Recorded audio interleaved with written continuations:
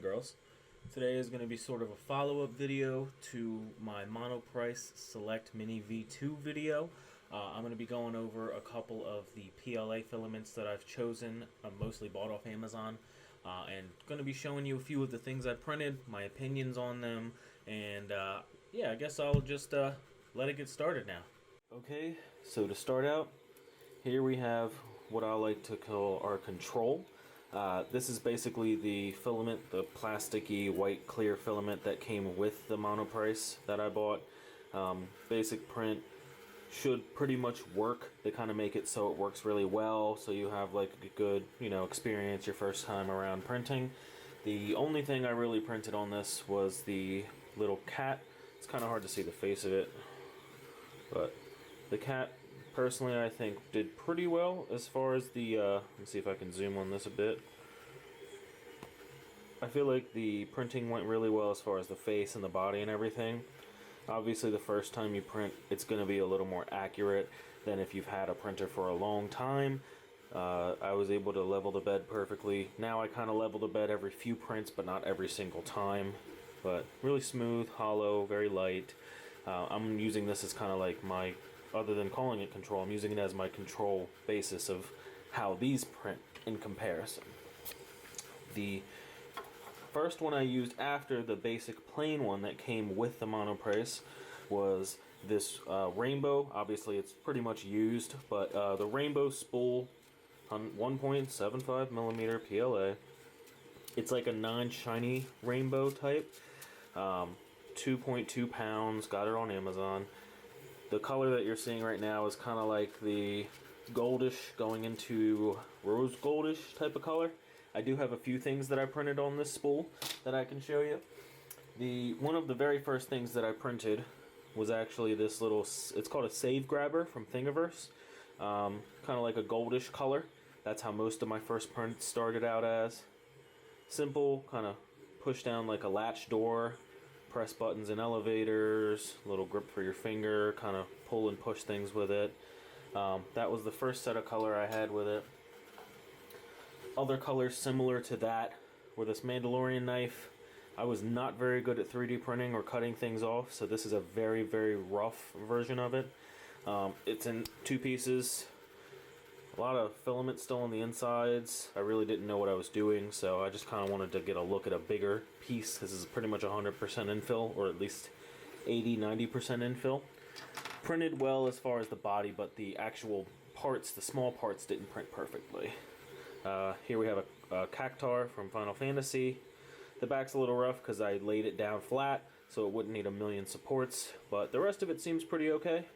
The spikes on the head look kind of cool. I like it. It's one of my better prints. It was like, after a while I learned how to level the bed more regularly, and basically if the printing filament was good or not, how to watch it, make sure everything's going well, what temperatures I should be using, things like that. I think I have one or two other prints from that one. I have a bunch more, but they're like kind of basic. The ones that I do have in hand, you get this blue color. This is part of Cloud's sword from Final Fantasy VII Advent Children. It's the smaller swords. It kind of should fold up and go back on itself, and then it fits into the bigger fusion sword, but this is just a plain print of it, just all one piece. As you can see, the front looks really nice, but the back is very rough with the grid and the supports. Still, at the time I was learning. And here I have a miniaturized Solaire. This was also one of those earlier prints where I didn't really know what I was doing. This was actually two pieces. His body glues into this. I kind of messed up his feather a little bit because I was a little rough with it, but this goes into a stand that I have over there that looks pretty good as well. Those are just some examples of the colors you can get out of it. There's also like a purple, maroon. Give me one sec. I can actually get the purple and show it to you. The purple kind of looks like this. This is a little crystal that I made. I just didn't want to show it off because I didn't cut it very well, but the print itself went very well. Very good in my opinion. The shape is very nice on the crystals. The little triangles look very nice. I like the way the color went. Some prints you'll get lucky if they're big enough and you have the patience, they can kind of color change. I didn't really get many like that, just because I was so new and I didn't really want to, you know, test anything for too long. Now I'm a little more comfortable. I can kind of do stuff like that. The only other thing I had that was kind of a color change thing, I guess, is this pen holder I printed. So the reason why this is such a drastic change is I didn't want to leave it overnight at first. This was like 8 or 10 hours, and this was like another 10 or 12 hours. I think altogether it was a 16 or 18 hour print. As you can tell, it has slots for micro SDs, the bigger SD slots, USBs. This is all that filament, not the shiny, just the regular. You can see it's all like kind of the purple pink color. And then a few prints later, I decided to print the top half when I had time. It's green going into yellow. So if you like switch it out here and there, those are kind of examples. I sliced this in half in Cura essentially, so I could have these little angles meet right about here. I didn't do perfect, but I think it did pretty well for how long I was planning on printing it. So yeah, that's the filament that I spent most of my time on because it was my first. I really liked it. Once I got the hang of printing a little better, I was able to print nicer things. And once I learned that a lot of these prints do take a good amount of time, I was able to actually produce some nice objects. So the next one, this is the one that I purchased directly after, along with a blue and a marble setup that I'll be going over in the next video, like colors. This is shiny, and it has color changing rainbow gradient type deal going on here. This one was a little harder to work with. I did print a good amount of stuff. So one of the first few things I printed were these two guys. This is another part of Cloud's sword. I like Final Fantasy and I like Cloud, so this is another part. It's really hard to focus of the fusion sword, but it printed a little thick on the back. I don't know if that was the Cura file or what. Not really a huge fan of it, but the color turned out nice.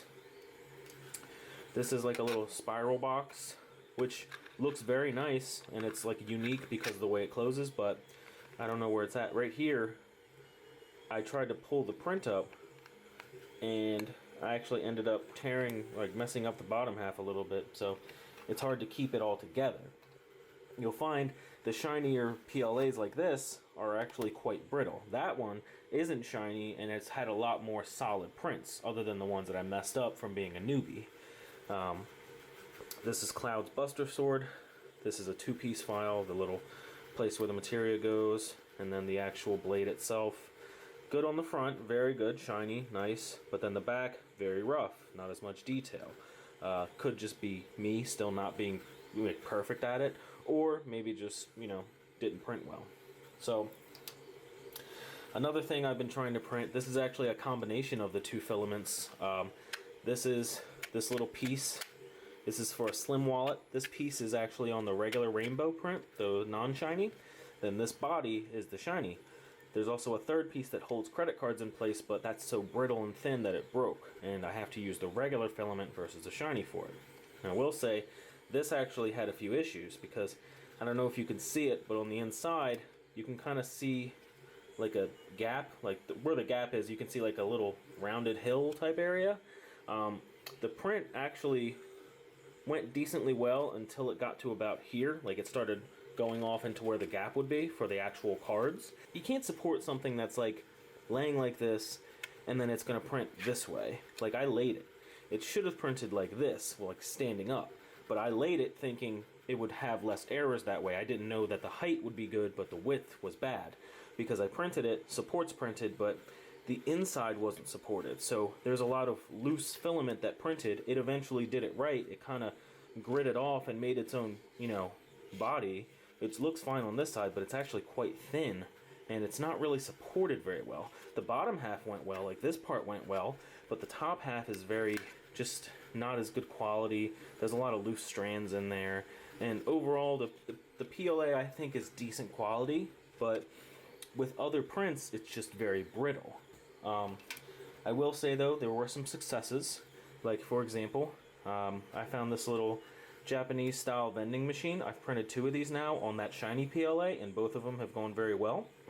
The back is a little rough. I could do a better job filing, but as you can tell, the details are all there. It's very nice. You can see the little coin slot. You've got the cans and the different sizes pretty well. There's a little bit of grid or, you know, diagonal lines on here that you can see, but overall, still decent quality in my opinion. And one of my favorite things I made, although a little brittle, is this tool holder. This took about 16 hours. Pretty detailed. You can tell the little grid in here looks really nice. The little space in here is good. But when I brought this over to actually do this video, this did break. So be aware that, like I said, the shiny prints are going to be a lot more brittle than your typical PLA. I mean, it's still PLA, but it's just that I guess the body isn't as dense of it. Yeah, have my needle nose pliers, glue, holes for my little hex wrenches. I guess this would be where a USB stick goes, and then my scraper I typically put right in here, or you can set it up like this if you have a wider one. A couple screws, another nozzle holder in there, just a bunch of neat stuff that I really like. And oh yeah, I forgot. I also printed this Jedi coin with the Imperial logo on the back. Now you can tell this is where the bed was, you know, sided on, because the support was printed and it's not as pretty as this side. But I really like the way it turned out, just because it's so beautiful and it's shiny and nice. And although you can still see a little bit of the grid, I like the way that looks. It's kind of like its own unique type of look, which I enjoy. So yeah, that was my experience with the shinier prints, which I do recommend. If you want something pretty, but not if you want something super complex, just because it's probably going to break apart or get very brittle. Now, sneak peek into what's going to happen in the next video. This guy, I got a little Gengar. Now, as you can tell, I don't know if you can see, but I think you can tell, he's got a little bit of a, you know, vanilla bean type of look to him. He's actually a marble guy, and he printed really well. Not hollow, I made them pretty solid. This is actually, when I get more time, what I'm going to be focusing on in the next video is the filaments I used for these guys. So in review, basically what I'm trying to say with all of this is that the shiny metallic rainbow printing had decent quality, but it was very brittle, just like with some of these prints. For example, I had a keycap for a Ghost from Destiny that ended up going pretty well. But at the end, it broke off on the tip that was supposed to touch the keyboard. I had a similar print with the non-shiny that doesn't look as good, probably because of how my leveling and everything was. I kind of just let it go on its own, but it took a lot longer for this part to break off, like while I was trying to put it on the keyboard, whereas with that one, it did it as soon as I pulled it up off of the actual print bed. Some of these other ones, for example, Solaire, if I would have printed him with the shiny PLA, now I know this looks shiny, but this is the regular roll. I know this little feather up here is loose, but it would have definitely broken off as one brittle piece all at once if I had used the shinier PLA. What I've brought out though is a couple other prints that I really like. This is actually a stomp pad for my snowboard that I'm going to be putting on there for when the snow comes back and the winter comes back this season. I printed out a PlayStation controller stand. This is more of the kind of what I wanted to show you guys. It goes from purple to kind of a blue gradient. I like this one a lot better than most of my other prints just because of the color change, other than the pen, of course, the pen holder that I showed you in the other part. But the lettering didn't end up as well as I'd like. Now these were both printed on the non-shiny PLA. This one that you've already seen, printed on the shiny PLA, like I said earlier, has those strands and everything. I'm really just showing this again because I know the detail on those other prints, or on these prints rather, wasn't very good a minute ago.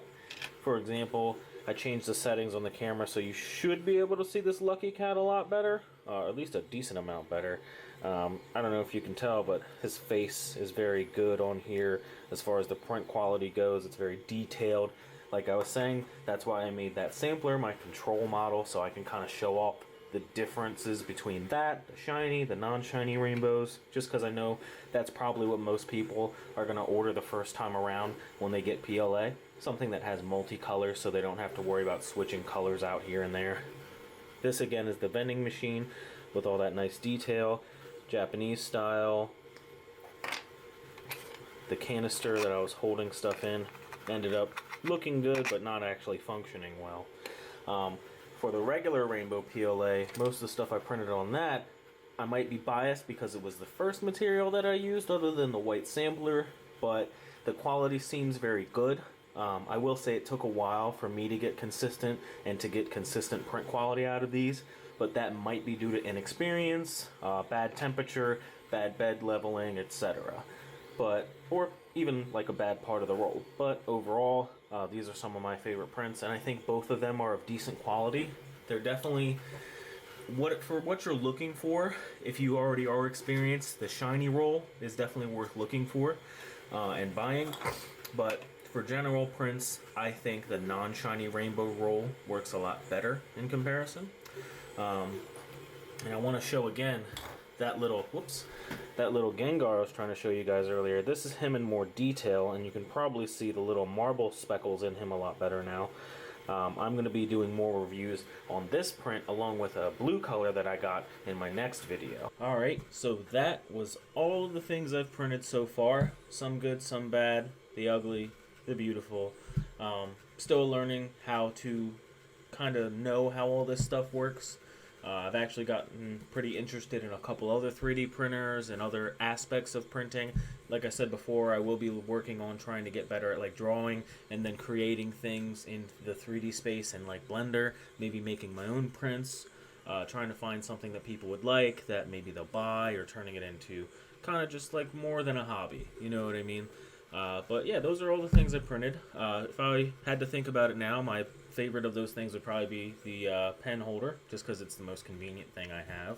But I do love all of my prints, even the ones that didn't work out. Just let me know what you guys think. If you like any of the stuff that I showed you today, I'm going to be putting links in the description. Anything you purchase using my links does give me a little bit of profit. I do use Amazon affiliate links if you choose to buy it off Amazon, or if not, buy it somewhere else. I don't really care. I just think it's a fun hobby. Otherwise, thank you guys for watching. Leave any comments if there's anything you think I could have done better as far as describing the products or anything like that. Like I said, I am still learning, so any input is also very welcome and appreciated. But yeah, I'll be talking to you guys in the next one, alright? Peace out.